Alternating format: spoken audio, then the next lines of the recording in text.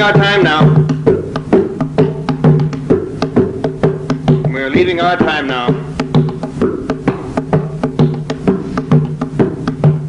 We are going to a time that's slower than ours, or faster than ours.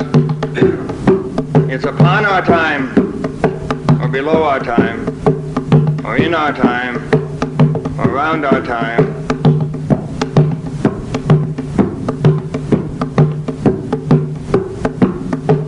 And we honor space also.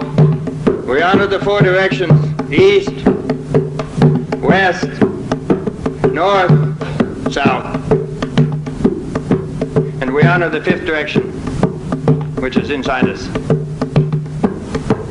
inside our bodies tonight. Once upon a time, there was a king and a queen, and they lived in a castle. But near the castle there was a forest. In the old days there was always a forest near the castle. But this was a little unusual in that whoever went into that forest never came back. 30 hunters went out one day and they didn't come back. Later about 25 hunters went, they didn't come back. About 40 hunters were sent after them and they didn't come back either. So what happened was they simply let that part of the forest be. You know, right? Lots of other forests, huh? No one entered that one anymore. And this went on for a long time. No one entered that forest anymore. Only occasionally a hawk or an eagle flew over it. Only occasionally a hawk or an eagle flew over it. So that was the situation, remained that way a long time. And one day something changed. A young hunter came and he said, "Is there anything around here that one really shouldn't do?"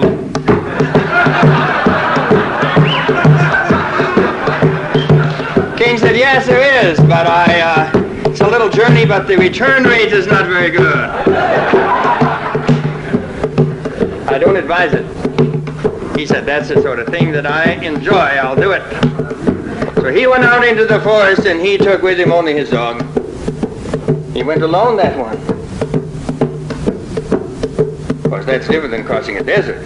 This is entering a forest.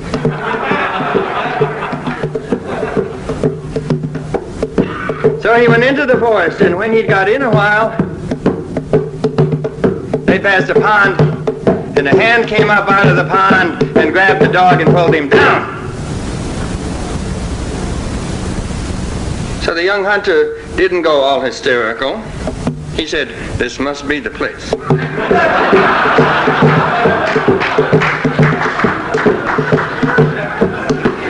And then he went back to the castle and he got 3 buckets and 2 other men, and they began to bucket out that pond. That is slow work. This part of the story might take you 3 years. They bucketed out the pond, and when they bucketed it out, they found on the bottom a large man entirely covered with hair that was rusty colored. Reddish, rusty colored, lying in the bottom.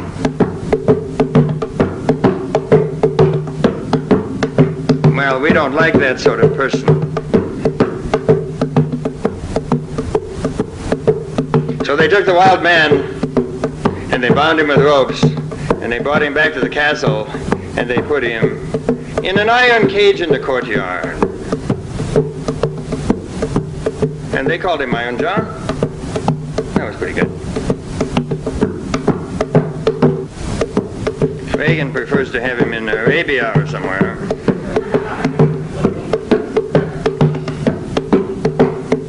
So now we come to the next part of the story. It turns out there's an 8-year-old boy in that castle. One day the 8-year-old boy was playing with his golden ball. The golden ball stands in the way for that wonderful unity that we had before we went to school. before male and female were split, before up and down were split, before we got ashamed of ourselves. But children think they'll never lose that ball, you know. They throw it up in the air and catch it. Remember the girl playing by the frog pond? And the frog king. This ball rolled into the wild man's cage. And the boy said, "Could I have my golden ball back, please?" The wild man said, "Yes, if you let me out of my cage." What did the boy say? He didn't even answer. He ran away. What we told all our lives, do not let the wild man out of the cage.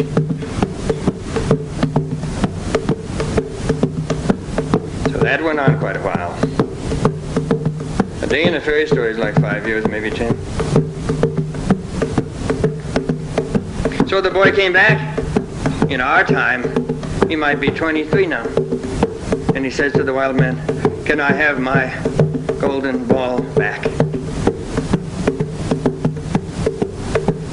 Wild man said, "Yes, if you let me out of the cage." He's already buying a car and a house. How can he do it?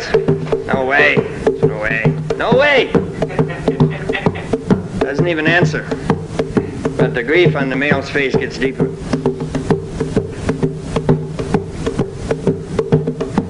Finally, on the third day in the fairy story, the boy goes to the wild man and says, "Could I have my golden ball back?"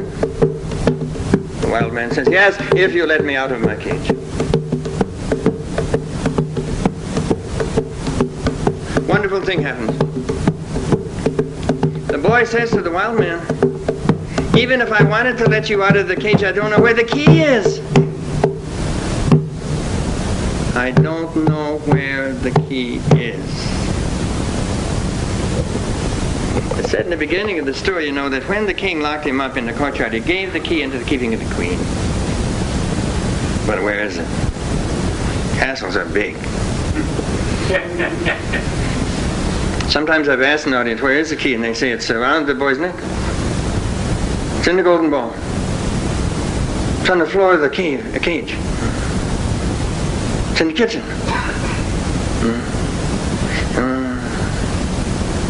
Well, in the photograph album.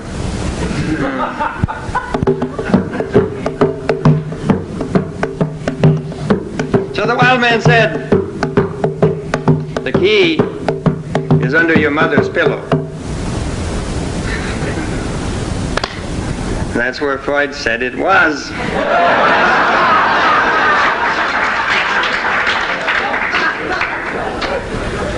It's under your mother's pillow. In that soft, warm place there. Near where she makes love with her husband. So possibly there's a little Oedipal longing there. Also, your mother raised you to be a nice boy. That's the same thing as saying the key to the wild man is under your mother's pillow.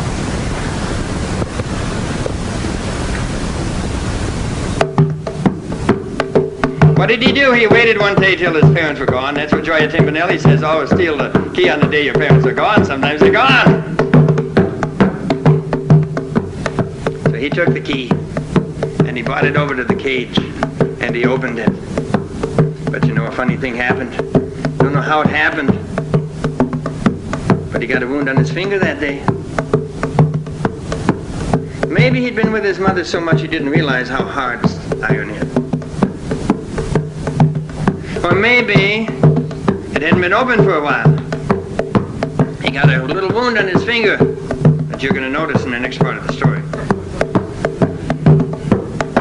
And the wild man walked out and started going away back to his forest. And the boy did something wonderful again. He spoke a second time to the wild man and he said, "Wait! If my parents come home and you are out of your cage, they will beat me."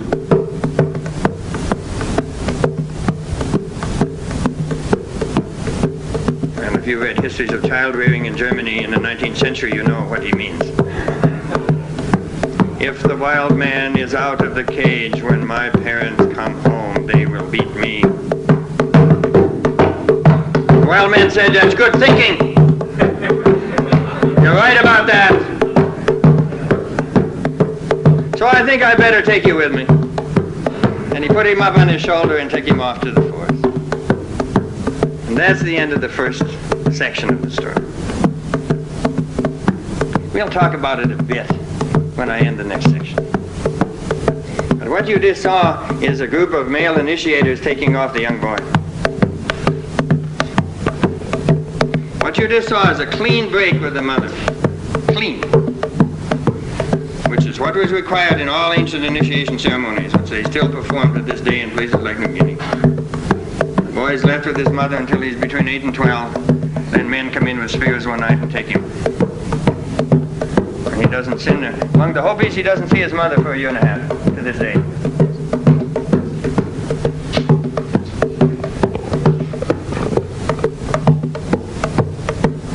But which one of us has that luck?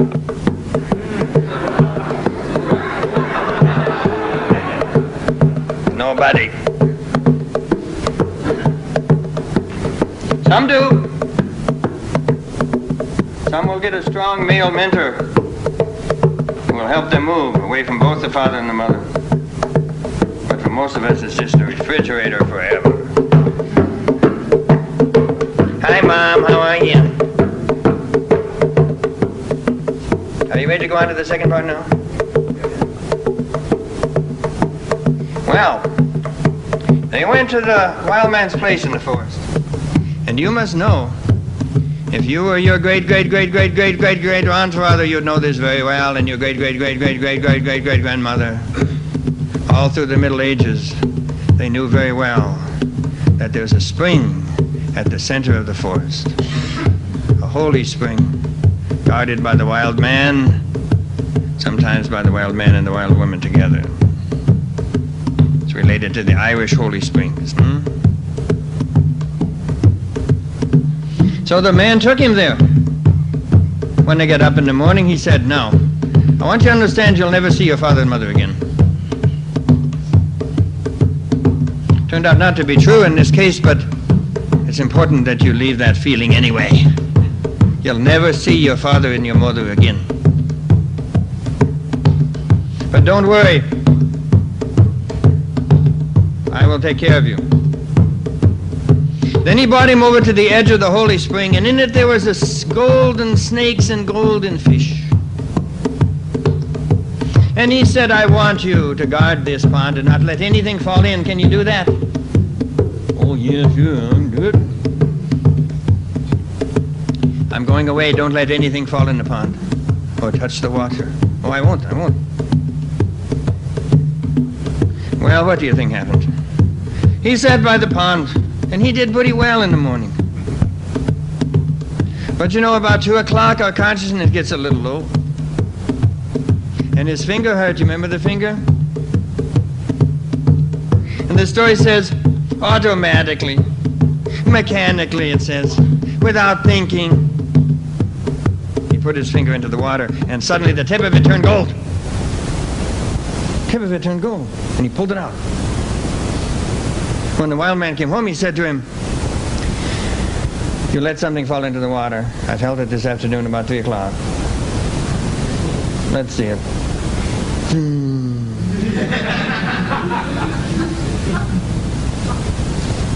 Don't do it again.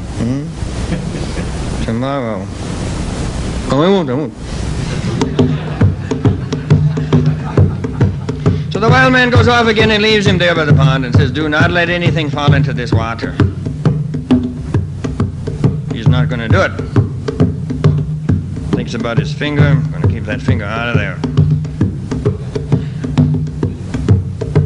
And his alertness stays until maybe 2:30.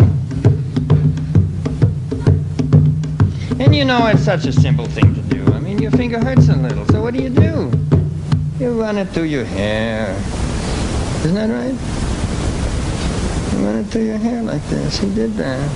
And a single hair fell down into the pond and turned gold. Boom! he pulled it out. Too late, it was all gold. One hair was gold.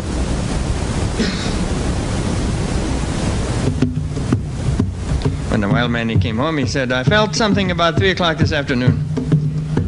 Go into the pond, let's see it. Now listen.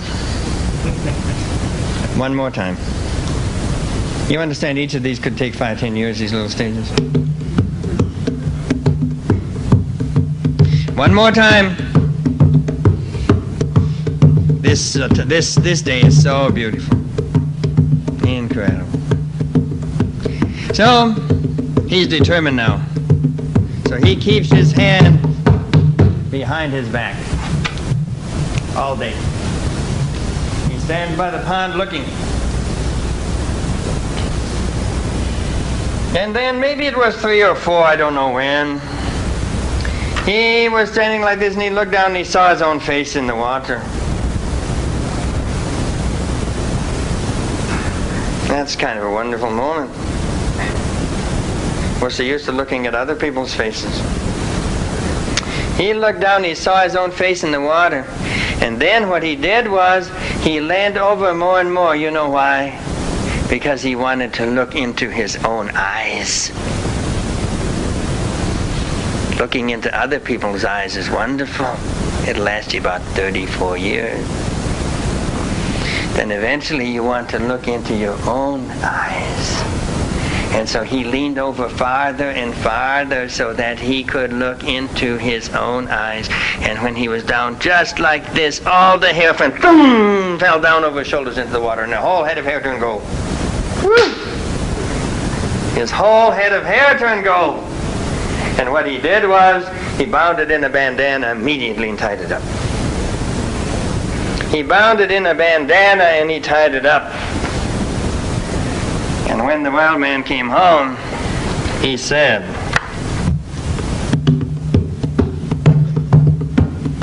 you let something fall into the water. What's that weird bandana around your head?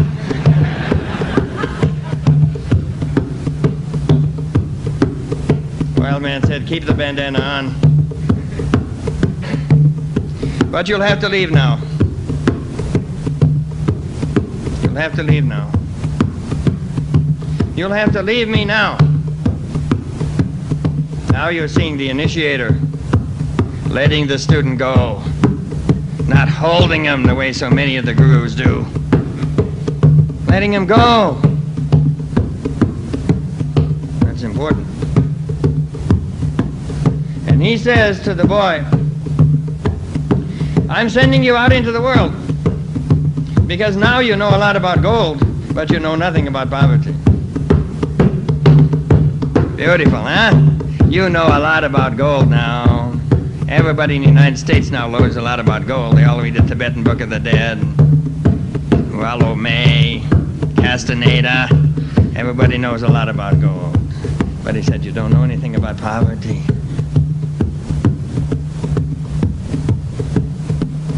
That's outward poverty, I think, and inward too.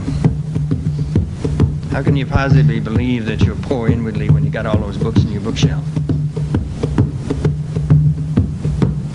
You know a lot about gold, but you don't know anything about poverty.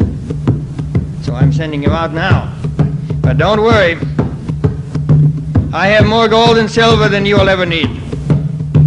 And whenever you want me, come to the edge of the forest and call Iron John, Iron John, Iron John 3 times, and I'll come. So that's the end of that part of the story. There are 5 parts of this story. This is the second part. Maybe 6 months from now, I'll come and tell you the third part. And we'll talk about it. If you want to read the whole story, you'll find it in Grimm Brothers under the title Iron Hunts. Or you could just let it be a surprise.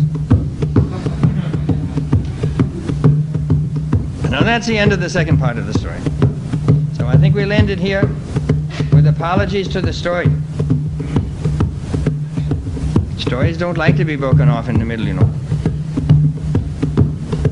In the old days, they would start at 8, 9 o'clock in the morning. They still do it in Persian Arabia. And the story goes on, it finishes about 10, and then it says, oh, and then the grandmother came in and she said this. Oh my God, it starts over again. goes on. Another story starts at 2. It goes on all day. But we all got things to do. All right.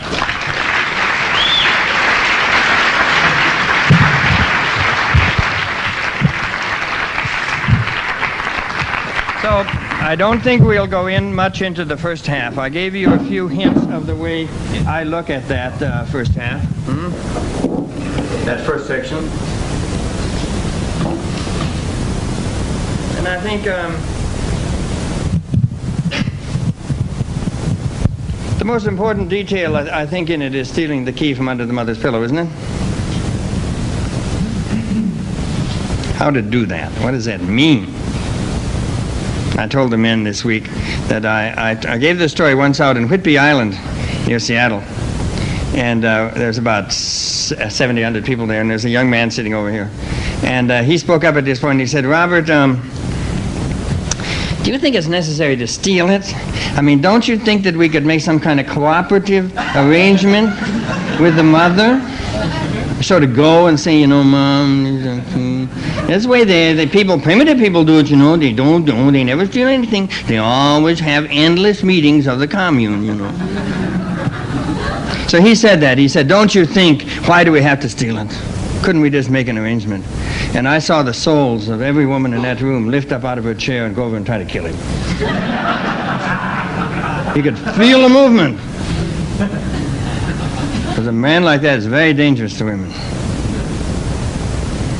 And it was late in the afternoon, and I was out of my mind anyway. And so I was, you know, you finally can't answer questions. And I said, go ahead, live off women the rest of your life if you want to do it. I noticed he looked a little pale. And then someone told me later, the woman sitting next to him, he had been living off the last 4 years. So living off women is the same thing as not stealing the key, isn't it? It's to transfer it over. So things like this cut pretty deep. Well, so, and then the gorgeous detail of being carried off by the boy, carried off by the wild man. Isn't that lovely? Lovely. You're also seeing the priests of Dionysius take a young boy, the priests of Apollo. In Greek times, when you wanted to grow in a certain way, there were 6, 7, or 8 fully developed males. They were called Greek gods, but they were models of the male psyche, fully developed. And you had an instinct as to which one was the right one for you. And they would have their priests, and you'd go with them. Sometimes you might go with Dionysius for a while, and then after 8, 9 years, you might go with Apollo. And the women also. Women might go with Aphrodite. It was dangerous to stay with Aphrodite very long. They might move over to Athene then, which is a goddess of tremendous consciousness. And if a woman wasn't with Demeter in heavy earth stuff in the beginning, she might move up to Aphrodite. So that's the way they live. That's not the way we live. We just stagger from one McDonald's to the next.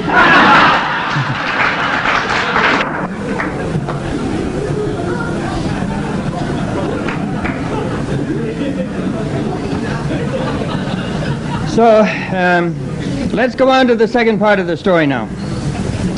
This situation in which he brings the boy to the pond and leaves him there and says, don't let anything fall in the water. And why is there a wound, and why is the wound in the finger? Well, I remember telling this story, and I said to the audience, so why is there a wound here?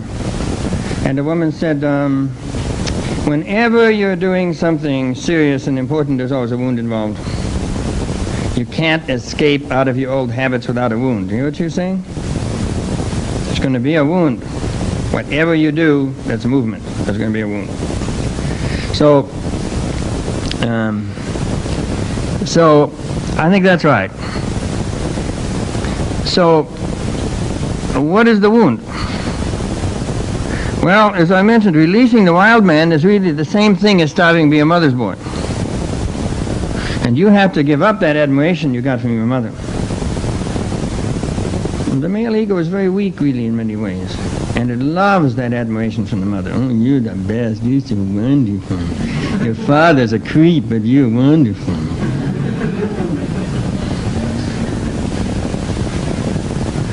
We're addicted to that. So he's not going to get that now from the wild man. Do you feel it? He's not going to get that sort of adoration. So there's a wound there in doing that. And then, you know, there's very strange things involved. For example, Achilles was wounded exactly in the place his mother held him when she dipped him in to become immortal. She was holding him by one tendon and one leg, and she dipped him in, and that's the only place that didn't touch. And that's where they later killed him. Can you feel the connection there? That's called the Achilles tendon to this day. So our mothers wanted to make us immortal. It didn't work, though. So leaving a mother's force field isn't easy. And there's a lot of pain in not breaking with the mother.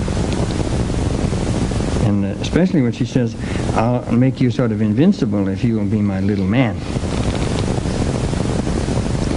And I think it was Rollo May said something interesting about this. He said, in terms of the edible situation that Freud talked about, which everyone fought for the mother, and the father won and put down the boy and wounded him, etc. Rollo May said, today's problem is the son wins the mother from his passive or absent father, and then he doesn't know what to do with her. How do you like that one?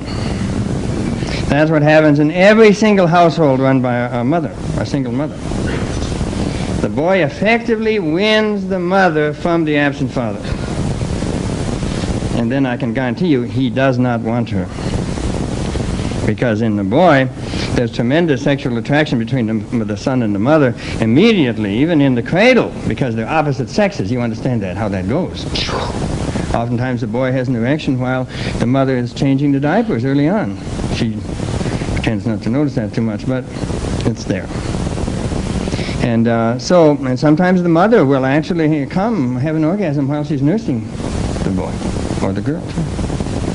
So that's pretty heavy stuff, don't you think so?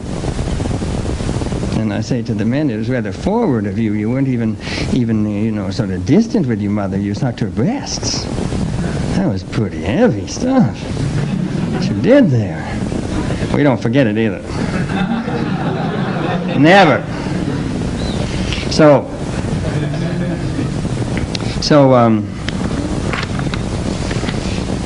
But then, what happens then if it violates the whole Freudian idea and you actually win your mother, and there's only you and the mother in the house, and your father's off somewhere, and she's continually telling you anyway the father's no good, so there's much possibility you'll get back together. Then the boy doesn't know what to do. My own opinion is that the situation we have in the United States now, in which young males in high school are getting uglier and uglier when they come into the kitchen. And this is an ugliness put on the body so they won't appear so attractive to their mothers. And they'll talk ugly too. Talk ugly to the mother. And some mothers say, gee, he's so cute when he does that. What do you think he does?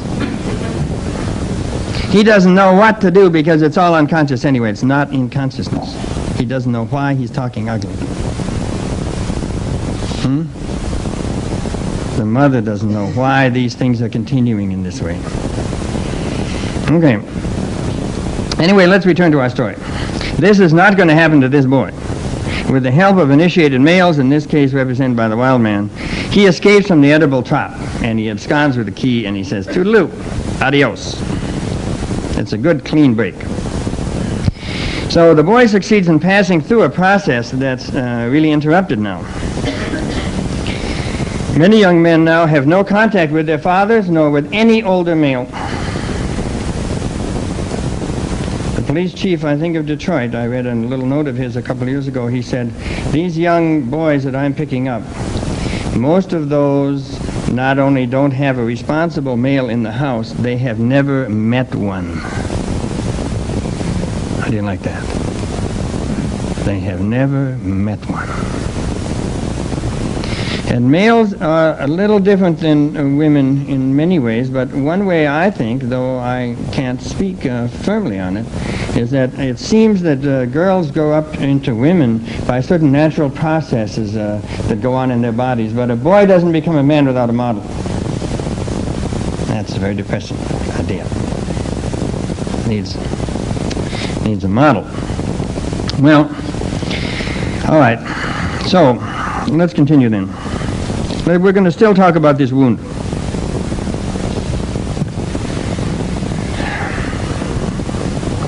According to all initiator people like Mircea Eliade, the first stage of initiation is always a separation from the parents and a withdrawal into the woods. And the second stage, some pain or wound is always connected with that. Sometimes it's heavy tattooing. Sometimes it's scarifying the face. Sometimes it's removal of a tooth. For example, among the Australian Aborigines, it goes like this. They get the young boys lined up, and then they start to talk to them about Daramwala. Daramwala is the great early man, the first early man.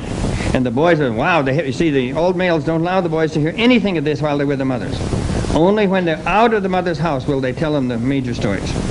So they tell them about Daramwala. And they say, he's up there in the tree. There's Daramwala. And they're all looking at the tree, and the shaman comes along and knocks out one of their teeth with a hammer. So that's pain. But on the other hand, that's what happened to Daramwala. You now have a connection with Daramwala. Wouldn't you give a tooth to have a connection with Daramwala? That's the way it goes. That always the initiation has this pain, and it is not done in cruelty. It's done from the knowledge that Daramwala grew to be the man he was and the human he was because he endured pain, in this case the loss of the tooth. And by this method, they're put in touch there. So the males on the whole don't comfort the boys either. That's another difference between male and female behavior oftentimes. The woman often moves towards the wound to heal it. And that's right on her part, because when there's pain in a little child, you have to move towards it. You don't know what it means. You have to move towards that wound, that pain, and ask about it. But the old initiators, especially in New Guinea, treat the boys exactly the opposite. They give them a good wound, and then the next morning they say, we'll see you at 10 o'clock out in the woods, certain place. Boys go, the old men don't turn up. 11 o'clock they come in laughing. And apparently no one knows what's going on there. There's never any explanation of these, because these are done without talk. But the only explanation I have for that is this feeling that if our mother makes an arrangement to be with us at 10 o'clock in the woods, she arrives. But I'm telling you, the world is not your mother. And you better get it through your head right now. You feel that one? All right. So in a way, the boy's wounded finger then represents what would have been an initiation rite, a much deeper wound. And this is going to appear as an interview that Keith Thompson and I worked over the last 2 or 3 years on this section. And Keith at this point said in the interview, Eliade says, no passage without blood, no growth without pain from demons, no change without injury or wound. But the ceremonial wounding isn't an end in itself. And if we make the wound literal and physical, it symbolizes the wounds a man feels in relation to his life as a whole. Well, so why should the wound be in the finger? Well, James Hillman is brilliant on this point. He's the most brilliant psychologist in the United States now. He's living in Connecticut. And he has, you're laughing, but I always say if you give a recommendation, why not go all the way? Why fool around? So, and Hillman is the second generation of the Jungians. He and Marie-Louise von Franz are both geniuses. They're the second generation of the Jungian people. Hillman has written a lot about this. He describes how the young male in our culture, partly because of the lack of initiation from the older males, oftentimes becomes a flying boy. He starts to fly and ascend. Ascending is his thing. He goes into ashrams, flies. He doesn't commit himself to a marriage or a job, but he's a flyer. You understand what I mean? Do you feel this? This flying boy. And there's about a third to a half of the males in the country are flying boys now. Peter Pan is an example, perfect one for that. What is that other one called? The Saint-Exupéry, The Little Prince? He was terrified of a snake under the ground. Snakes are under the ground. These people don't like that ground and that underground. There's always women in it, underneath it. So if you have an affair with a woman, you leave her as soon as you can, within 3 months. And so there's a lot of wounding going on from... These young males are not only negative. This is a spiritual energy the young males have. Can I put it another way? There's a spiritual energy that the young males have. Now that energy is supposed to have been lived by the old men of the culture. Then the young boys would have been free to commit themselves or do whatever they wanted, but the old males are not living it. In our culture, the old males are refusing to live the spirit. The result is that the young males have to live it. It's like it's got to be lived. In that thing in Australia, those old males are living the spirit every day. What does it say with the Australian Aborigine? Something like 62% of his time is taken up with mythology. And that means he's dealing with the old spirit material all the time. That leaves the young men free to do as they do, but not in our culture, because we're forcing the young men to be spiritual in that way and to ascend and fly. Not all of them, of course. Some of them don't do it. There are two kinds of males. There's the plodders and there's the flyers. And this is primarily about the flyer here. So, why is it that the finger or the foot? Hillman has mentioned that in these men given to spiritual soaring, oftentimes a wound appears on the finger or the foot, at one of the extremities, because he is far out. Do you know that phrase, far out? That's a phrase by this soaring male. Far out, man, far out. And that's where he is. He's not living in the center here. He's living out here. Out here is where he's living. And I was a puer completely for 35 years. I'm still a puer. One's a puer, that's called a puer aeternus, the flying boy. One's a flying boy, always a flying boy. But still you get a little closer to your center. But just a few years ago, I was acting very flighty one day, and I took a circular saw at my cabin and almost sawed right through the end of one of my fingers. As soon as I did it, choom, I knew exactly what had happened. Another friend, Terry, went to, he was in Aikido school in Japan for 10 years with a great Aikido master, and then he made a sudden decision to marry a woman, not knowing her very well, and the next day he broke his finger so badly it's never gotten straight. And Philoctetes had a wound in the foot. Oedipus, you know what that means? Swollen foot. So again, this whole tradition of wounds in the young male in the finger or the foot. Go on. All right, let's keep going. So therefore, we're going to talk about the wound. This wound in the finger, then, not only stands for the initiation wound it's given, but it stands for all the wounds we have. So I'm going to list a few wounds now. I said to Keith, give me a few wounds. And he said something like this. Being ignored by your father amounts to a wound. Does it? Being ignored by your father amounts to a wound. And I want you to feel how much more how deeper that wound has been since the Industrial Revolution. Because in the Industrial Revolution, the men were sent away from the house. Mothers and daughters still stayed in the house up until very recently, but the males of the fathers were sent out. And a lot of these males, especially in an area like New York with the long commuting, come home, they see their son 10 minutes a day. We're genetically programmed to see our father many hours a day. And we could take it if he would be with us 2 to 3 hours a day, but 10 minutes, we're not genetically programmed for that. You understand what I'm saying? Before the Industrial Revolution, we were with our father all the time, in the day and through the seasons. And occasionally, you'd get a little, a little trouble would happen and one of you would kill the other, but it wasn't serious. The seriousness is in the remoteness. That's what's serious. So, also, being doted on as a favorite by your mother often involves wounding your father, and he'll wound you back. It's going to happen. There's no question about it. And when a man acts as if he's morally or spiritually superior to his father, that results in the wound they both feel. The way that's put in a great African fairy story, which we told there at the conference last week, is that it's as if you're hunting with your father and he kills a rat. But you want a gazelle. You want big things. Your father's only a machinist. It's like having a rat. So what you do is throw away the rat and you wait for the gazelle, but the gazelle doesn't come. And your father says to you, "Where's the rat?" And you say, "I threw it away."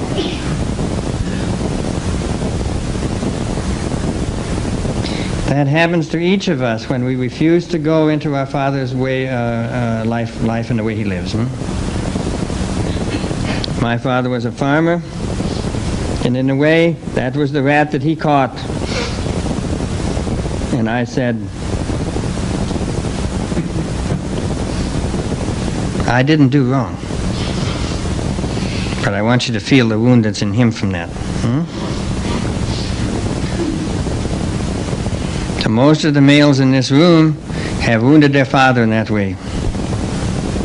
Whether the father's a barber, a businessman, whatever, always there's that longing that your son will do what you did and therefore sort of justify the sacrifices that you have made and the deprivation of your life.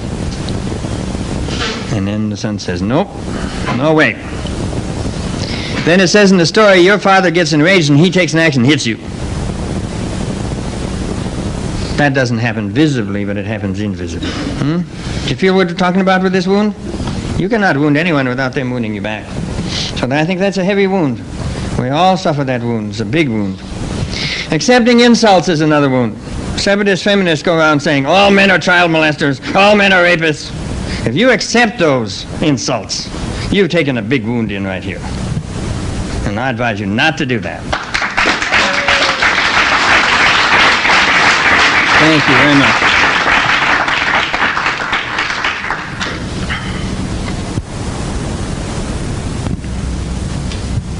I met a man out west who came to a thing I said, and he said, I gave a little talk at San Francisco State. It was in a poetry reading, but I made a few remarks about men, and he came out and said, I disagree with what you're saying about men. I'd like to talk to you about it. I said, okay, fine. When do you want to talk? So we made an arrangement a couple of days later for coffee. I went and I met him, and I said, what do you object to? He said, I object to your talking about the wild man as too positive an image. Too positive. I said, what do you do? He says, I run the men's group in Berkeley. And he says, every man that we get in there, first of all, we make him agree that he's responsible for every rape in the world and every violence done against women before we let him go on. I said, well, I asked him what his background was. And his background was in feminist groups. So I said to him, but there's a strange thing here. Because when women begin a group, they do not begin by undermining the confidence of the woman. They begin by supporting the woman. If you're really following them, how come you went so far off this time?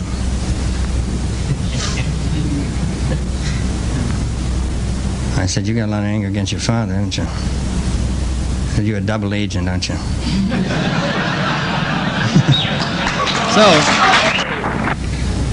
So that most of the violence comes from men that's true. That there are rapes is true. All of that is true. And that women are fighting in this country, that's all true. At the same time, when you accept it as an insult, all men are rapists, that's a wound you're accepting yourself. You're just taking it in. And I think a lot of young males have been wounded in that way in the last 15 years. It results in that loss of self-esteem, which is what happens with every wound. When a young man goes to Vietnam because his country tells him to, and he gets there and he finds out that everybody's been lying to him, that's a wound.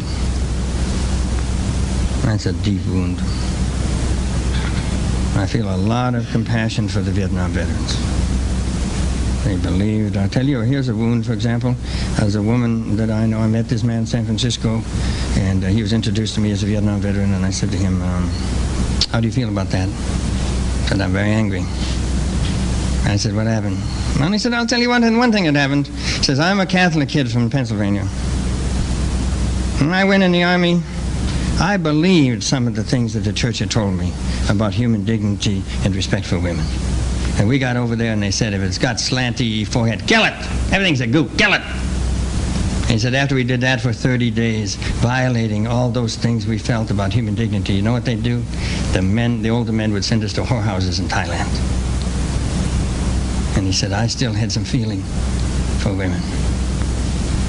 And he said, I've lost that. And I'm very angry about it. It's not coming back. You feel that? There's a wound for you.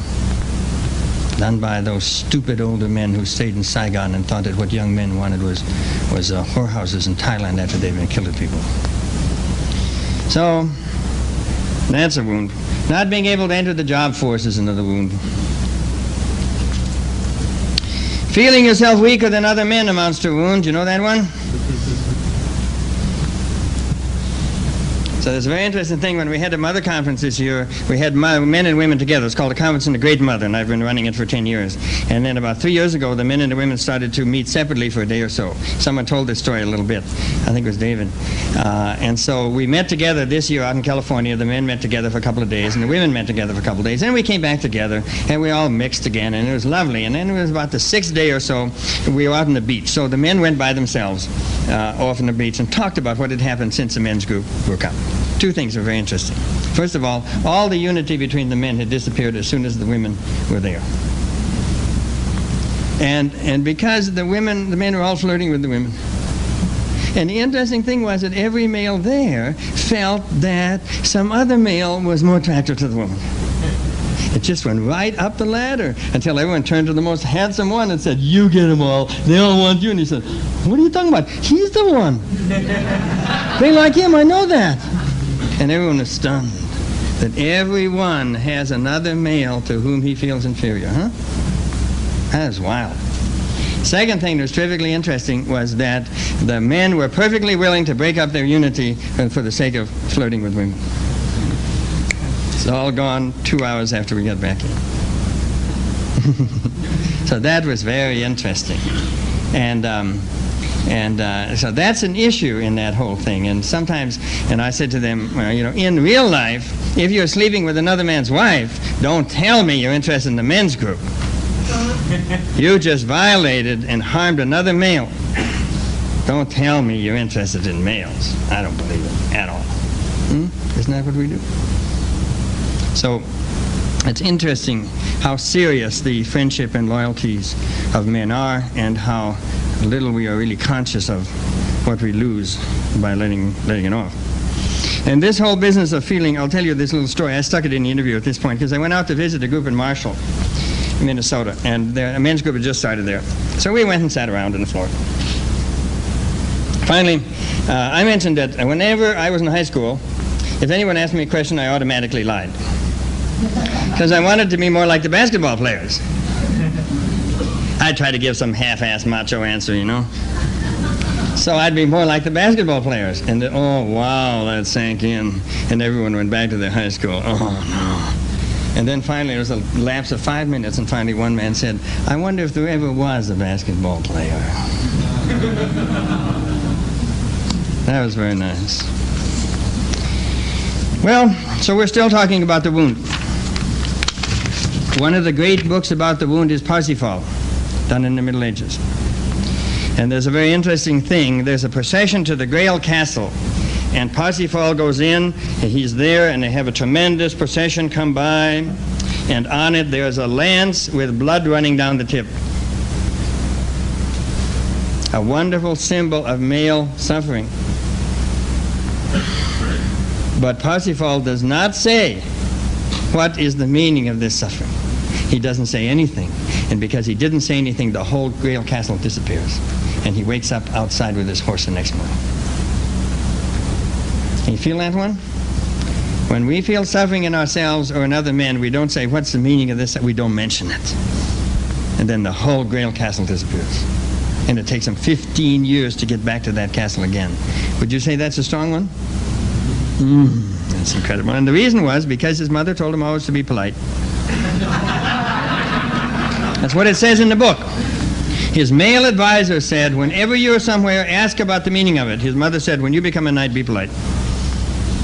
So we're not talking about anti-female here. We're talking about these two codes of living, which are both good and strong, but one may be inappropriate at a certain time. All right.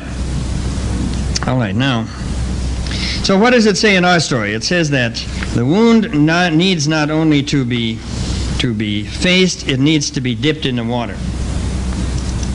The wound of a male needs to be dipped in a pond, and not just any ordinary pond, but a pond owned by a male, and specifically by the wild man. That dipping of the wound is helpful.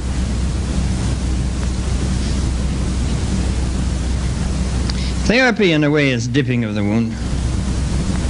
It's a way of putting your finger down into that for an hour. If you got a good therapy man, therapy woman, provide moistness for you to put your finger in. So there's many ways that we can learn to dip our wound, but males in the United States usually don't dip their wound, they ignore it. You can say a macho is a person who's ignoring his wound completely, whereas a wild man is one very conscious of the wound. So,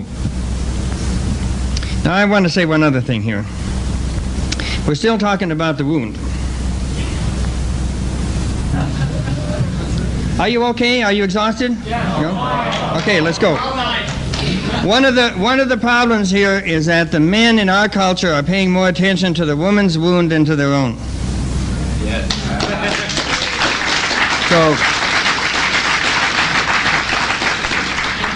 And many men were asked early on to carry their mother's pain. This is particularly so in single family places, single parent ones. The pain of the woman is terrific, especially when we force these women to live with low incomes after they're divorced. Their pain is terrific. And the son is there, and he himself wants to carry that pain. Sometimes people say, you are the little man in the house now. Well, we know what that means. That means we have to be a hero and we have to carry this pain. There's no other older male there to carry it, so we have to carry it. Do you understand how that prepares us for carrying your pain? So there's a wonderful man, a good man out in California named Carl Faber, and he's been giving lectures in Los Angeles every month, every year or so on the sexual wars. And I heard one of his tapes, and I'll tell you what he said in it. He mentioned that he described trying for 10 or 15 years to carry the pain of the women he lived with, and or at least be completely open to the depth of it. He found out that he couldn't do it. For example, the two of them would begin to talk about male oppression about 10 in the evening, and she would want to solve this issue of 2,000 years by 2:30 that morning. So after 4 hours of attack and defense, Carl said, I'd be so weak, I didn't know what I was doing anymore. So he said, I'd be so exhausted, I'd agree to anything. And if she pointed out any act I'd taken as perfect evidence of male oppression, I'd agree never to do it again. But I really wasn't all there. She'd sense that, and that'd make her still more enraged.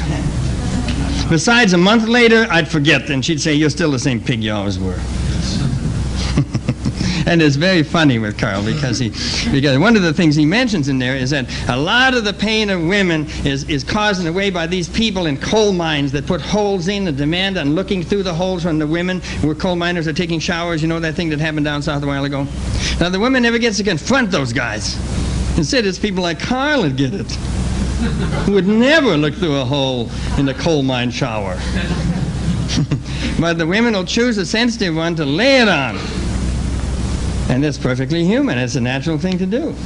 So oftentimes in our culture in the last 15 years, the male spends more time in carrying the woman's pain than he does in carrying his own. And the Rambo male conceals his pain through murder and heroic battles. And the male in between just avoids the subject. So, this story says that the pain is best healed in the force field of the wild man. And through the whole Middle Ages, there was a tremendous tales of the wild man and his... Evane is a story that Joe Campbell often talks about this. So the implication of it is that no woman can heal a man's pain. And the man is mistaken to ask for that. Sometimes a man thinks that facing the pain is synonymous with whining and whimpering. Isn't that right? It's a start, anyway. So we notice that when a man begins to feel his pain and his wound, he'll sense that men don't want to hear about that pain. And that's sometimes true. And he'll move towards a woman we sense will talk about it, will listen, and that's usually true. So the problem is that if you talk about your pain only with a woman, you are associating your feeling with the feminine mode of feeling. It all gets stuck over there. Do you understand what I'm saying? I believe there are two modes of feeling: the female mode of feeling, which is a marvelous mode, and the male mode, which is a marvelous mode. But in little houses, whenever we got wounded in school, fell off something, we went to our mother. So she always responded with that female mode of feeling. Our father wasn't there. And so the difficulty, I think, for men is, after years of going to women for this kind of thing, we can often project our feeling entirely on the woman and assume that she's much wiser in feeling and all that than we are. And we never bring it to a man. In fact, the way it's going now, oftentimes the man carries the pain and the feeling for a woman, and sometimes the woman now is carrying the aggression for him. How's that for a relationship? How long do you think that'll last? The woman carries the aggression for both of them. You know, she's saying, let's get around this, let's do this, I'm not standing on this stuff, get to the... And he says, well, you know, you just have to take into account he had a hard childhood, the man says.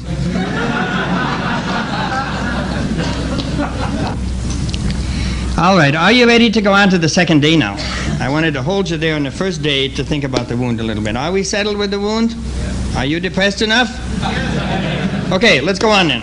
So the second thing that happened then was on the second day the hare fell in the pond. We don't know what to do with that. That's the quality of a fairy story. Absolutely nothing is there. You got to work it out yourself. There's no answer right or wrong. But I would say that what we have here with the hare falling in the pond, hare is always associated with sexuality. And it's difficult for men, because women still have Aphrodite as a goddess connecting their sexuality with the divine. Men have nothing.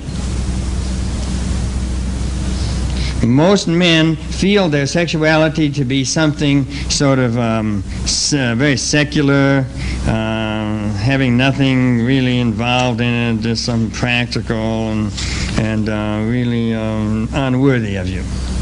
And isn't that what they said in Sunday school? It's unworthy of you. You ought to have higher things, man. Well, I won't make any jokes. Forget it. So there's some way in which, when the male initiators came in and worked with that young boy, they would show him that his sexuality has a link with the divine also. And that's said in this story by the single hair falling in and turning gold. Gold is the end of the alchemical process. Gold always stands for the divine in the fairy stories. So now the whole man is not divine, but one hair is divine. Again, that's something that we need to get from other men. The awareness that is in many cultures of a connection between sexuality and the divine. So that we don't try to be spiritual here and completely sexual on that one. Another thing that's beautiful to me is that when he runs it through his hair, one thing you can say is that he dipped it the first time and now he's elevating it. And also the hair is close to the head. So you're taking your pain and you're running it through certain ideas. Why not take that wound that you have and associate it with Freud's ideas, with Jung's ideas, with Hillman's ideas? All that's a way of honoring your pain by putting it in the area of ideas instead of getting out on a motorcycle and racing off somewhere. This needs books. This needs thought here so that our pain has a dignified place to be.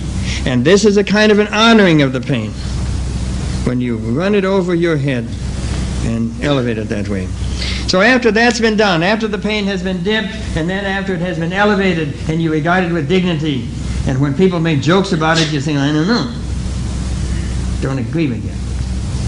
Or something, you understand me?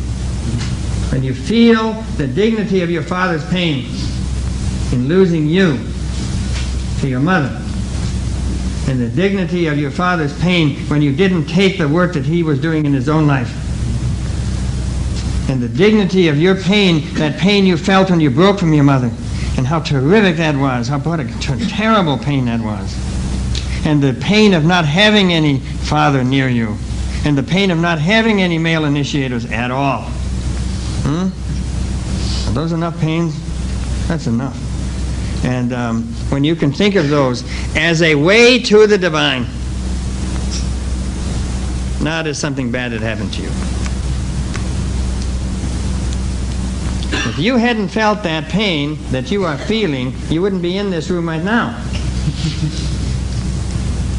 So the pains that we receive are ways in which help us to escape from the secular and move towards the divine or towards growth. Do you hear me what I'm saying? And this was the subject of this thing, was a wound. So I know that you're aware of your wound, or you wouldn't have come to this. So we can tell our own stories two ways. I got wounded and my mother and father hurt me and it's very bad and I feel very bad about it and it's terrible. The other, and that's fine too. I love to hear that. The other way you can say it is my mother and father wounded me and I got wounded and that's how I got on the road. Because without the wound, I'd be back there right now. So, that's something to understand. I think it's good.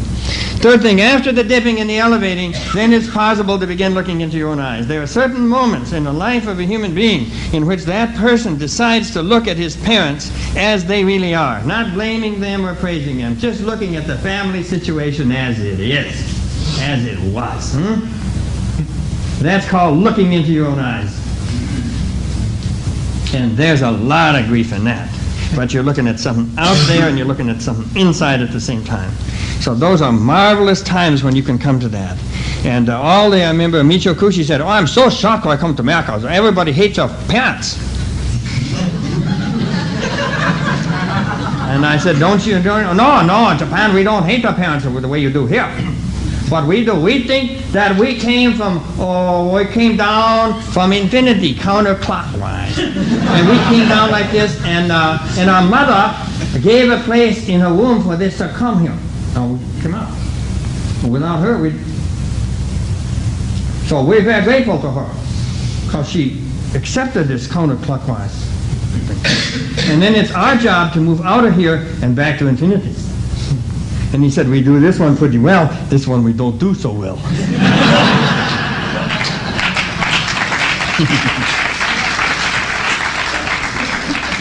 All right, so I'll tell you a story now about this thing of looking into the eyes. To me, it's a lovely story. Do you want me to stay here,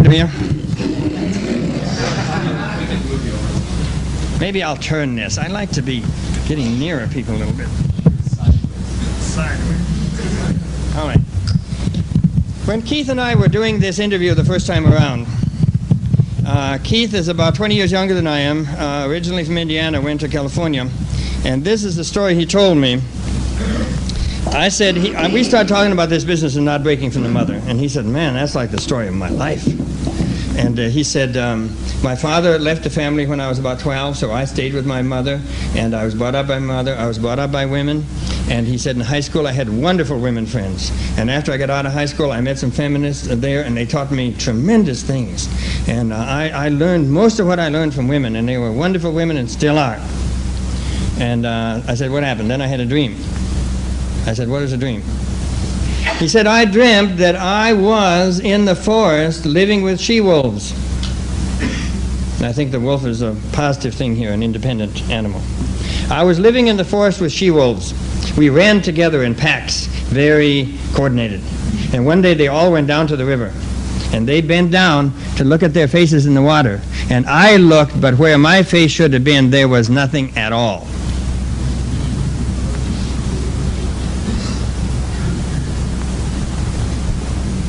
Tough dream, isn't it? It says that when a man is brought up by women, not only won't he have brought up by women exclusively without the male coming in, not only won't he have a masculine face, there'll be no face at all. So I said to him, what'd you do, Keith? He said, well, strangest thing was, I started to think more about my father. And I wrote to my father in Indiana, and when I went home for Christmas, I said to my mother, I'm going over and spend the night with Dad tonight. If she didn't object. Women understand this, most of them. I went over and spent the night with Dad and came back, and then a strange thing happened. He came out. I said, when you come to San Francisco, come and see me. He said, okay. I got closer to my father. And then I ran the marathon in San Francisco. And when I came off the marathon, my father was standing there. And and he praised me. I had the feeling it was the first time in his life that he had praised me. And it meant a tremendous amount to me. And I said, what happened then? Then that winter I had my first friendships with men. I had 2 friendships, really deep ones with men that year. So I thought, that's really terrifically interesting, the whole sequence. First of all, you're brought up by women and with women exclusively. You don't see your face at all. When you get that shock that you don't have a face, then you make a contact with your father. After the contact with the father comes the friendships with men. Interesting sequence. And one of the first things we noticed when we were beginning this is that so many American men have no male friends at all. Talked to one last night. I just met someone. He said, you know something? I haven't a single male friend. I'm 32 years old. So, well, all right. So we're just about done here now. I don't think I want to go into... we can spend a lot of time thinking about hair and its relation to Samson and all of those things. And that's all very interesting. And... but it'll be midnight, you know, so I think we'll just let that go. Keith said an interesting thing here. He said, you know, well, he said when he was with Germaine Greer and Susan Brownmiller and Phyllis Chesler, he studied those works in college classes. It depicted the man I didn't want to be, but it gave no hint of what a positive male might be. That's important. A man wrote to Keith after our first article came out, and he said, I've signed up for a class at Indiana University on male things. Keith wrote back and says, wonderful. He went to the class. All of the books in the class are written by women. Turned out it was run by a woman. And Keith wrote, said, what'd you do? He said, I dropped out and took a course in woodworking.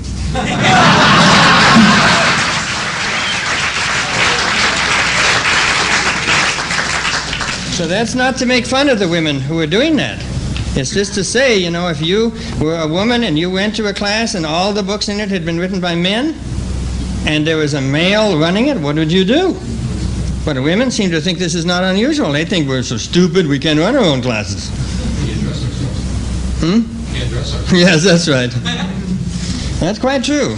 This business of putting your feeling onto the women's side, it's so interesting because I'll go, for example, my wife is very savvy in this and sort of wonderful in this, but still I will go into Juster's or somewhere. I'm going to buy a couple of ties, right? So I look at these ties and then I say to her, I kind of like them.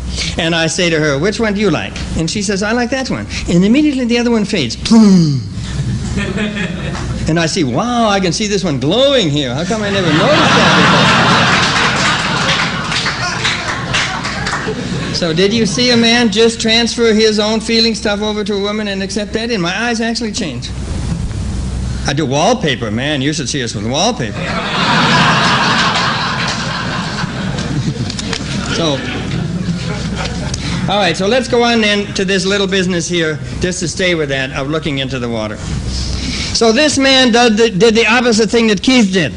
When this one who had gone through the initiation with the wild man looked into the water, he saw his own face. He not only saw a masculine face, he saw his own face. And then he bent down farther to look into the eyes. And Antonio Machado, who's a great poet, wrote a couple of poems. I'll read you 4-line ones. The eyes you're looking for, listen now.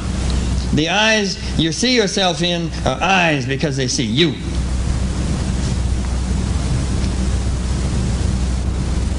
Another one, an eye is not an eye because you see it, it's an eye because it sees you. Did you feel that when he looked down into his own eyes, eventually someone was looking back? The eye you see is not an eye because you see it, it's an eye because it sees you.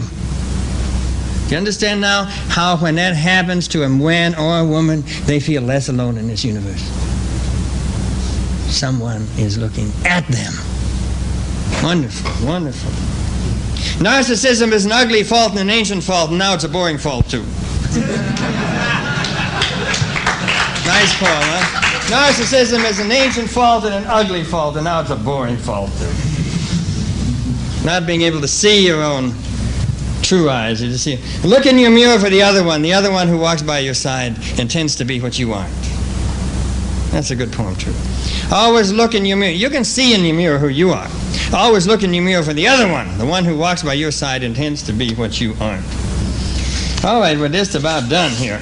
I wanted to give you some stuff from this essay because we had worked on it a long time and been thinking about it, and I'm going to wrap it up here now.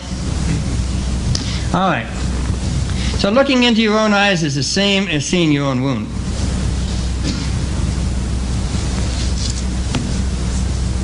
The thing to do is, instead of arguing about what masculinity is or about what macho is, to try to cure your own wound.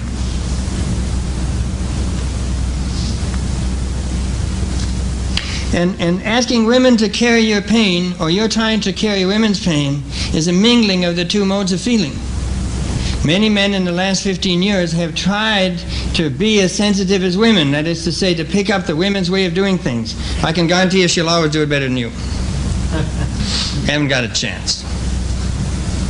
A woman knows her mode of feeling, goes back to her mother, grandmother, all the way back, thousands of years. She's firm in that. Try to learn it. Can't do it. I'll give you an image. Maybe this will help you. When I was out in California, a woman that I knew, I was going up to a men's group, and she said to me, a psychiatrist from Malibu came to see me last night, and he said, tell Robert this. He said, I'm seeing men now that are 50 to 60 years old. They're extremely successful, all of them. In the world, they're very strong. What they come to me about is because when they're in an intimate situation, they feel smothered, helpless. They're strong out there, but when they're alone with a woman or something in an intimate situation, they feel weak. I know that mood very well. So here's an image of it. The woman is standing on her mountain. It's like this. Here's her grandfather, grandmother, great-grandmother, great-grandmother. It's all going down. What do women say to each other in the kitchen? Little girls talking with their mother. You stand next to your father 5 minutes a day. What do you pick up from him? Nothing. So therefore, this is the only mountain we have now, is this woman's mountain. And you're up there and the woman asks you, come over and talk to me. Okay. I love that. I get over there, I got a little basket. I'm hanging off the end of the mountain. Right? Anybody cuts it, boom! So naturally we're frightened in the presence of women. That enormous material they have of intimacy there, and we have no advice from our father or anyone else how to deal with that. Am I saying anything to you? Yeah. So what men I think can do is that when men start to be more with men, then they can develop a mountain here too of the male mode of feeling. That's what those old initiators did. They brought those young boys in and they said, listen, we'll show you what men love. Men love to be crazy, number one. They love the other world. They got these hundreds of mythologies. They love everyone in them, Samson, the whole thing. And about 3 in the morning, they love to dance, go completely mad, and sing all this stuff. That's the way men are.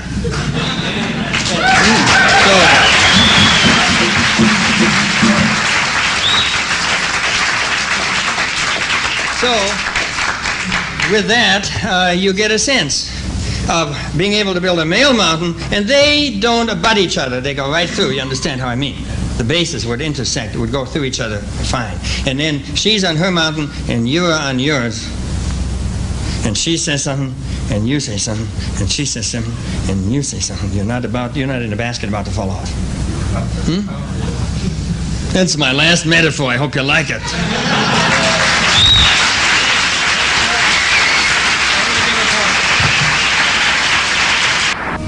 I'm going to do one poem and then answer questions. So, I thought I would do Finding the Father.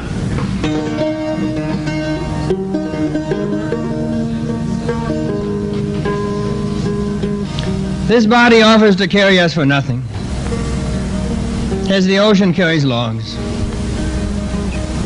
So on some days, the body wails with its great energy. It throws itself up the rocks, throwing small crabs. There's a knock at the door. We don't have time to dress. He wants us to go with him through the blowing and rainy streets to the dark house. And there we will find the Father whom we have never met, who wandered out in a snowstorm the night we were born, who then lost his memory and has lived since longing for his child, whom he saw only once. While he worked as a shoemaker, as a cattle herder in Australia, as a restaurant cook who painted at night. When you light the lamp,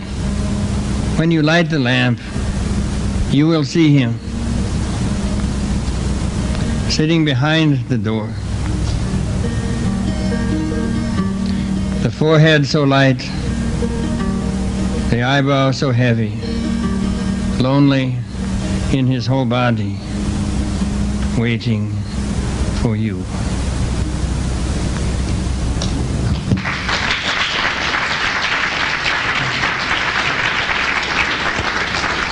All right, now, what kind of questions would you like to ask? Yes, please. I would like to know if you'd be willing to give us a brief explanation about what the third day means to you with the full head of hair turning to gold. Brief, thank you. Good question. The feeling, I think, is that when your finger turns gold, if your finger turns gold, you're going to ask yourself, when was the first time in your life you ever felt that the tip of your finger was gold? I asked that, a man said, the first time I painted a good painting, I knew the end of my finger was gold. Another man said, the first time I made love, I knew the end of my finger was gold. So there's those moments in us when we feel there's something special and terrific. And then the single hair seems to be that issue of maybe your sexuality, realizing something good in that, male sexuality. Then the third time is when that whole head of hair turns gold and there's a feeling that there's something powerful and strong and even divine in you, something capable of that. And of course what the story says is must be bound up immediately. One of the themes we didn't get into here, which we get into very strongly in the next section of the story, is that if you have artistic ability, if you have soul ability, that's like having a head of hair that's gold, and you must hide it. You must not show it yet. Our culture is completely off on that. So they want artists to have an exhibition in New York when they're 23. That's called showing your gold, not binding it up. And the gold should be held until you're 38 or 39. Whitman held his until he was exactly 39. I think Wallace Stevens published his first book 42. William Stafford 43 before he published his first book. You understand what I'm saying? And the interesting thing, just to go on with that's the issue. That's how he first becomes aware of it and binds it up, you see. And of course did he do anything wrong in these 3 days? No way. Let's just put that way. You know, if you want someone to put something in the pond, you tell them not to. Boom! That always works. Yes, who else, please? Yes, please. What's going on with a number of women are choosing to have children with no husband in mind, no spouse in mind. What's going on? What's kind of the dynamic going on there? I'd say that's called ignorance. I mean, that's what the Buddhists say. The trouble with the world is not sin, but ignorance. And the idea of those are sperm stealers. It's another way to look at them. They're sperm stealers. They steal sperm and then use it and produce a child with no father. And the idea of trying to bring up a young male with no father, I think, is just as crazy as Star Wars by Reagan. And I feel very strongly about that. I think these women are way off base, huh? Is vengeance involved in some way? It could be, and also a terrific desire to control. In some ways, a lot of these women wanted to control their fathers and couldn't do it. And now if they get a young male in there, they can control him completely. I don't look on it as a happy thing, those kind of marriages and those kind of childhoods. Yes. I don't have a clear formulation for this question, but I'm curious about how you'd fit an anti-war perspective in here. I would like to hope that someday we can transcend some sort of human characteristic or tendency toward war, if that's a fair characterization. And how can tying backwards into the way primitive cultures do things help us do that? Well, I don't know. It's a big question, but I did a lot of work in the anti-war movement in the Vietnam War, and I don't feel it's contradictory here. One of the ways to say that, I think, is that Keith here was talking about the difference between the wild man and the savage man. The savage man is the one who's hiding his wound, who then inflicts it on others. You're talking about a lot of Pentagon people right there. And the more the man goes into his wound, the less likely he is to inflict it on others. He's living in here, in his wound. And I also have the feeling, which I mentioned in the little flyer here, that the deeper the male goes into his grief and his wound, the deeper his spontaneity is. And if anything was off in the Vietnam War, it was a total lack of spontaneity. We just couldn't react. The Pentagon couldn't react, when something happened. Does that help at all? Yeah. Thank you, please. The point I've listened to a couple of times about finding the father, really I wonder if that isn't a different activity than sort of recovering the eternal boy, or growing up the eternal boy. I was talking about finding the father. I was talking more in this area of being separated from your father and he's lost. And one of the old traditions is this one. You will never get a clear picture of your father from your mother, because the father and the mother are competing for your affection. You mustn't expect it. And I'll tell you a story that moved me very much on that. A friend of mine, I got to be about 35 or 6, and I saw him, and he said, tell you what happened to me. I'd been separated from my father for over 10 years after he left, 10, 15 years. And I began to realize the truth of what you were saying. He hadn't heard me say it. He'd come to that conclusion himself. So I said, what happened? He said, I flew out to Seattle. I knew my father's address. I flew out to Seattle. I went and I knocked on the door. My father answered the door, and I said to him, I want to say something to you. I want you to understand that I don't accept anymore my mother's view of you. I said, what did he do? He said, he burst into tears, and he said, now I can die. That's called finding the father. Yes, please. That whole business with incest, not only sexual abuse, but incest, destroying the family, there's two types. There's the overt, which is what everybody's talking about, and then there's what you've been talking about right along, which is the covert. Yep. And that's what we are not doing. Many of us males are victims of the covert incest with our mother because our father wasn't there. Yep. And we didn't ever steal the key. So people say to me, what is the function of a father? One of the major functions of a father is to come between your mother and your son and say, enough! That's it! And it has to be understood as your function, because in our culture that's just tremendous, that psychic incest going on there. There's no one that can move in there except the father. And he has to understand that. That's not disloyalty to your wife, it's loyalty to your son. How does that affect girls? You talk about this in terms of a boy, a little boy. How does it affect no father with a little girl? Well, one thing you can say, I don't know, we must stop. I understand. I'm just going to get this one out here if I can. That the incest thing is very strong with the women too. There's often psychic incest with the father when the father's in the house. And it's up to the father to know how far you can flirt and how far you can't flirt. That you're holding a lot of that energy. It's got to be held in a very delicate way. And being held, it's got to be warm. You got to hold it warmly so that you can pass it on and she'll have it whole and can give it to a male. But if the father's out of the house, then it's given to a remote father, and then it becomes cold. A lot of that sexual energy she gives to the father becomes cold. And then when she passes it on, it's cold. You understand what I'm saying? It's too fast to do this way. But anyway, I'm interested that you come into these areas of grief, because that's where I think we belong for a while. And I think we must go. Yes, Tim? Will you come back sometime in 6 months or a year and talk more about I will come back in 6 months and I'll tell a third part of the story.